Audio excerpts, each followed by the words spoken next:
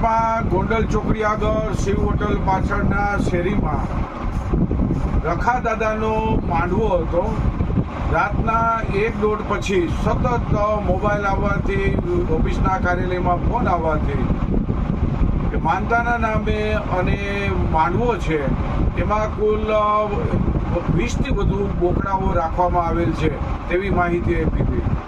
વિજ્ઞાન જાથાએ ખરાઈ કરવા કાર્યકરને મોકલેલ તો ત્યારે વિધિ વિધાન ચાલુ હતા, ડીજે વગાડતા હતા, આ બધી થતી હતી અને ખરાઈ કરતા પશુ બલિ થવાની છે તેવી ઠોસ કદમ માહિતી મળી ગઈ હતી. વિજ્ઞાન જાથાની ટીમ જ્યારે ગઈ ત્યારે એમાંથી કુલ ધાર્મિક સ્થાન ઉપર 7 બોકડાના ડોકા અને નીચે મેદાનમાં 3 બોકડાના હતા. કુલ 10 જોવા મળ્યા અને બીજા જે 11 છે એવી બચી ગયેલ હતા તેનો અમને કોઈ માહિતી મળી નથી.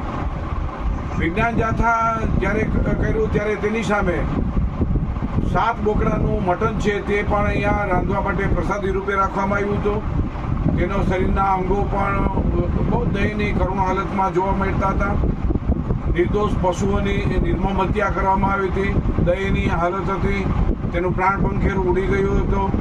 અને આ બધી પોલીસની હાજરીમાં જે કંઈ માહિતી છે, સ્તોત્ર છે તે મુખ્ય આયોજક અને ભુવા પાસેથી મેળવેલ હતા. ત્યારબાદ ભુવાને અને બીજા 4 એમના સાગરીતોને જે બોકડાને કાપેતા વધ કરેલો હતો તેને પણ પોલીસ સ્ટેશન લઈ ગયા. અને બહુ શાંતિથી, વિનમ્રતાથી વિજ્ઞાન જાથાએ માહિતી મેળવી હતી. ત્યારે કોઈ પણ પ્રકારનો કોઈ તુકારો પણ આપવામાં આવેલ નથી અને કોઈ પણ જાતનો હુમલાનો બનાવ પણ બન્યો નથી. વિજ્ઞાન જાથા પોતાના વાહનની અંદર આજીડેમ પોલીસ સ્ટેશને બહુ સરળતાથી પહોંચી ગયેલ હતા. કોઈ ઉગ્ર વાતાવરણ પણ જોવા મળ્યું નથી. ત્યારબાદ જે હકીકત આવી છે તે લોકોને ખબર છે. વિજ્ઞાન જાથા લોકોને અપીલ કરે છે કે કોઈ પણ સમાજની અંદર માનતાના નામે કે ધાર્મિક સ્થાનની અંદર પશુ પક્ષીની હત્યા કરવી, તે પશુ બલિ કરવી તે કાનૂની અપરાધ છે, કાનૂની દાયરામાં આવે છે. તેનાથી દૂર રહેવા અપીલ છે. કોઈ પણ માતાજી કે કોઈ દેવી ક્યારે પણ કોઈ હિંસા કરવાથી રાજી ન હોય, કોઈનો જીવ લેવામાં રાજી ન હોય એવું વિજ્ઞાન જાથા બહુ સ્પષ્ટપણે માને છે.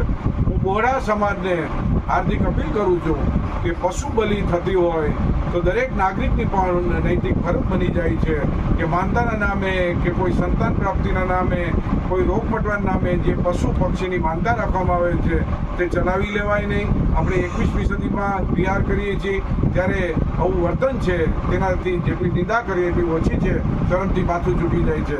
આપણે સૌ સાથે મળીને આખા દેશની અંદર પશુ બલિ અટકાવવાના અભિયાનની અંદર